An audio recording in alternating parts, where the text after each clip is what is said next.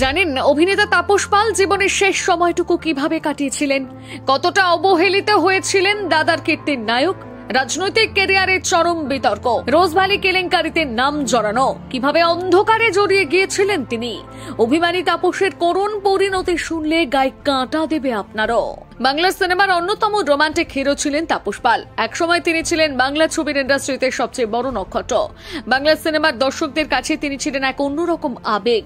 মাত্র 61 বছর বয়সে সবাইকে কাঁদিয়ে তিনি পরলোকে চলে যান। মঞ্চ থেকে ক্যারিয়ার শুরু করেছিলেন, এরপর সিনেমার পর্দাতেও তিনি ব্যাপক জনপ্রিয়তা অর্জন করেন। দাদার কীর্তি ছবিতে অভিনয় জীবনে পা রেখেছিলেন, এরপর তাকে আর ফিরে তাকাতে হয়নি। গুরুদক্ষিণা, বলিদান, করি দিয়ে কিনলামের মতন একের পর এক ব্লকবাস্টার সিনেমা উপহার দিয়েছেন বাঙালিদের। শুধু সিনেমাতে আবদ্ধ থাকেননি, 2009 সালে রাজনীতিতে এসে নিজেকে আরো উঁচু তলায় নিয়ে যান। সেই বছর তিনি তৃণমূল কংগ্রেসের টিকিটে কৃষ্ণনগর থেকে নির্বাচিত হন। তবে রাজনীতিতে পা দিতে না দিতেই আচমকা বদলে যায় তাপস পালের জীবন।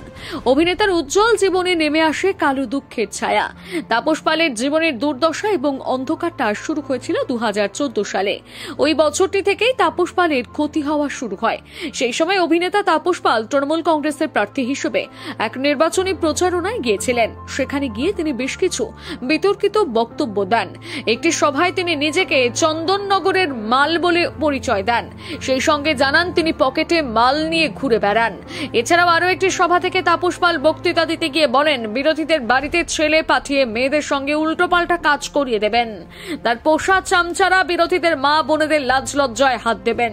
তাপস পালের মুখ থেকেই বাক্য হজম করতে পারেনি কেউ। এমন কুরুচিপূর্ণ বক্তব্য তার অন্ধ ভক্তরাও মেনে নিতে পারেনি।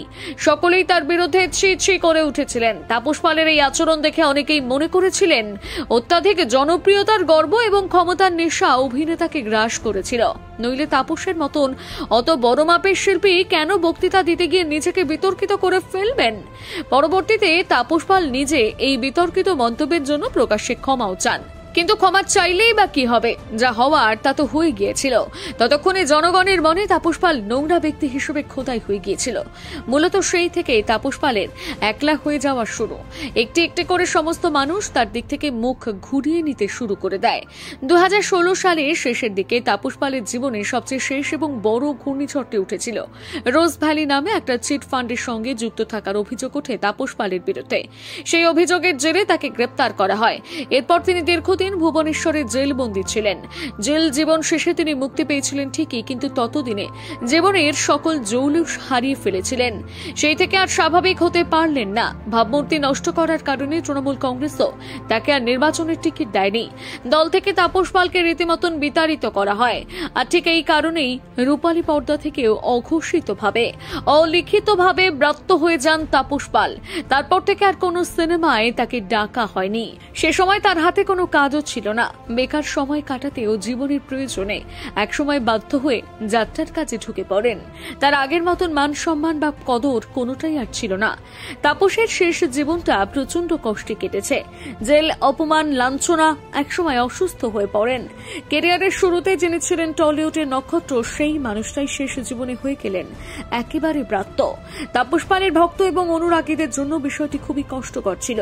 আর কোনোদিনও ফিরেও আসবেন না তিনি। তর্ক বিতর্ক, খ্যাতি, এই তিন ক্ষেত্রেই আজীবন স্মৃতি হয়ে থাকবেন তাপস পাল।